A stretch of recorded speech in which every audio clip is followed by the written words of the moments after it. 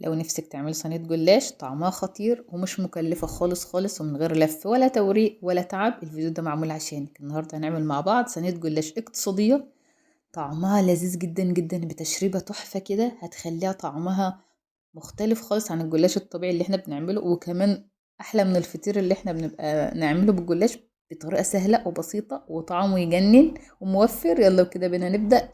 بسم الله والصلاة والسلام على رسول الله، خير ما نبدأ به.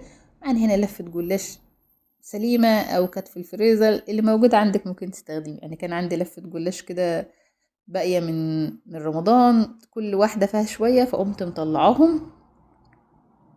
طبعا الوصفة ديت ممكن تعملها غدا عشاء، وممكن كمان لو عندك أكل بيت كده ومش عارفة تعملي ايه أو مستعجلة ومش عارفة تعملي، لأنها بصراحة مشبعة جدا جدا وسهلة جدا جدا وطعمها تحفة وهتبهرك.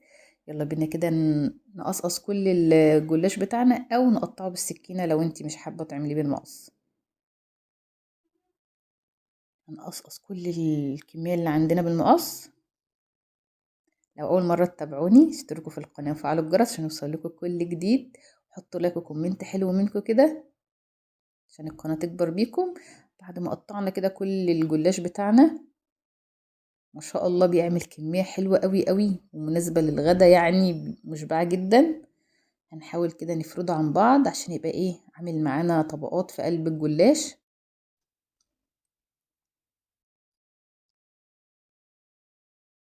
وطبعا كل الكمية ديت مش هتاخد معانا غير حوالي 3 معالق كبار زبدة، يعني مش هنستخدم كمية كبيرة. ايه هنبقى مع دولا 3 معالق كبار سيحتهم في الميكروويف، هناخد منهم بس معلقتين كده هنرشهم على الجلاش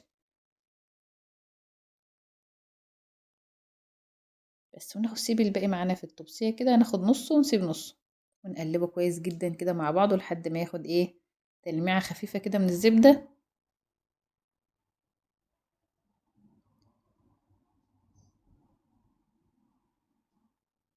نسيبه على جنب وتعالوا بقى نعمل له احلى تشريبة كده بتديه طعم وحلاوة كده في حتة تانية خالص. كوباية لبن وكمان معلقتين كبار زبادي كده، او كوباية صغيرة زبادي لو عندك، ونحط بقية الزبدة بتاعتنا.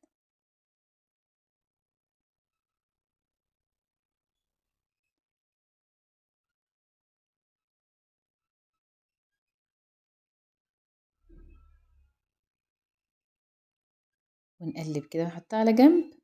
وتعالوا بقى نجيب ايه شوية ملح كده على فلفل عشان ايه تعزز بس الطعم ما يبقاش دلع معانا شوية. رشة بسيطة خالص عشان ايه اللبن. نجيب بقى صينية كبيرة بتاعتنا كده لان هي هتعمل معانا صينية محترمة كده، فطبعا اكبر حاجة عندنا صينية الفرن. فيها شوية زيت وندهنها كويس كويس كويس عشان ما يلزقش معانا من تحت. ممكن تقسميه على صينيتين، ممكن تعمليه في صينية ألمونيوم لو عندك زي ما تحبي. نجيب بقى ناخد نص الكمية بتاعتنا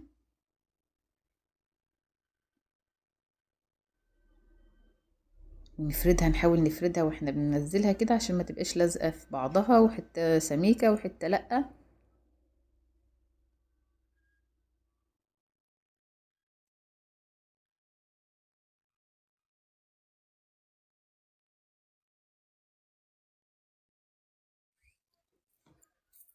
حاول نسويها حبة بحبة كده.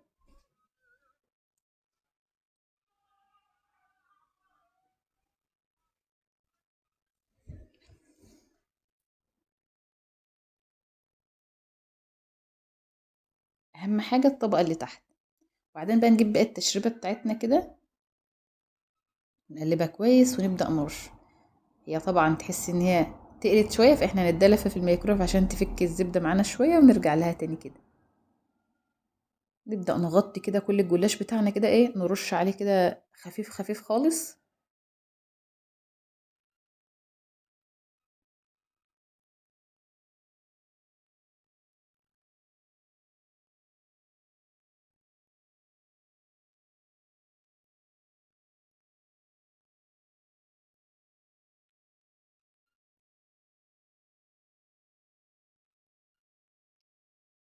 بس كده التشريبة دي بقى بتدي لها طعم لذيذ قوي قوي. لو في حتة بقى هتحسي ان هي خفيفة كده، ممكن نحط لها ايه، نظبطها كده، نحط لها جلاش. والجبنة بقى هنحط جبنة في النص. طبعا عندك شوية بسطرمة تحطيهم، عندك شوية لحمة مفرومة في الفريزر طلعيهم. هي مش هتقولك لا، هي بتاخد كل حاجة، ما عندهاش اي مانع يعني، تحط لها اي حاجة هي ما عندهاش مشكلة. تحط لها لحمة مفرومة، تحط لها جبنة، بس تحط لها بسطرمة زي ما تحبي. فاحنا نحط عندنا ميكس جبن كده وشوية زيتون. طبعا نحط نص زيتون عشان في نص بياكل زيتون ونص لا. ومعانا كده واحدتين جبنة شيدر كانوا في التلاجة ناشفين، برضو نستخدمهم. يلا.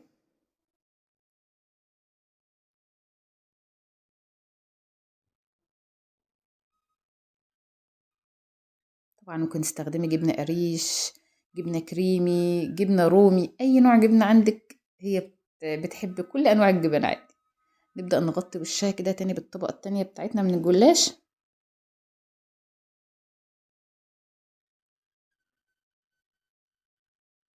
نظبط بقى كويس كويس كده.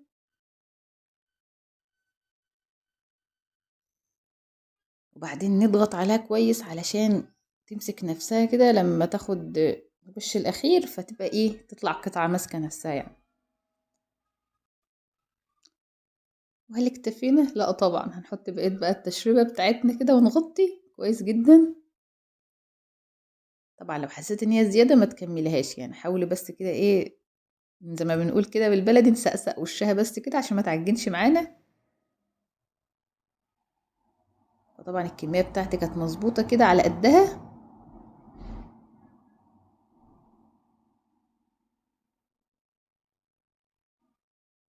بس كده.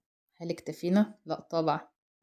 هنحط ايه كمان بقى، شوية جبنة موتزاريلا كده عشان تبقى صينية غدا كاملة متكاملة كده، مع شوية سلطة، شوية مخلل، حاجة كده تحفة تحفة بجد بجد. طعمها روعة روعة روعة. أحلى من البيتزا وأحلى من الفطير وأحلى من الجلاش العادي كمان. لو جربتوها هتعجبكم جدا. على الفرن هنكون مسخنينه قبلها بشوية على درجة حرارة 140 في النص، لحد ما تاخد لون من تحت كده، تحس ان هي استوت، نديها لون تحت الشواية. ايه رأيكم بقى؟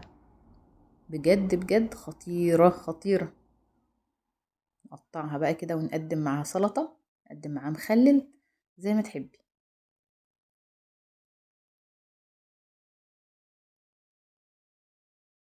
طبعا زي ما تحبي بقى، التقطيع بتاعك كبير صغير زي ما انت عايزة.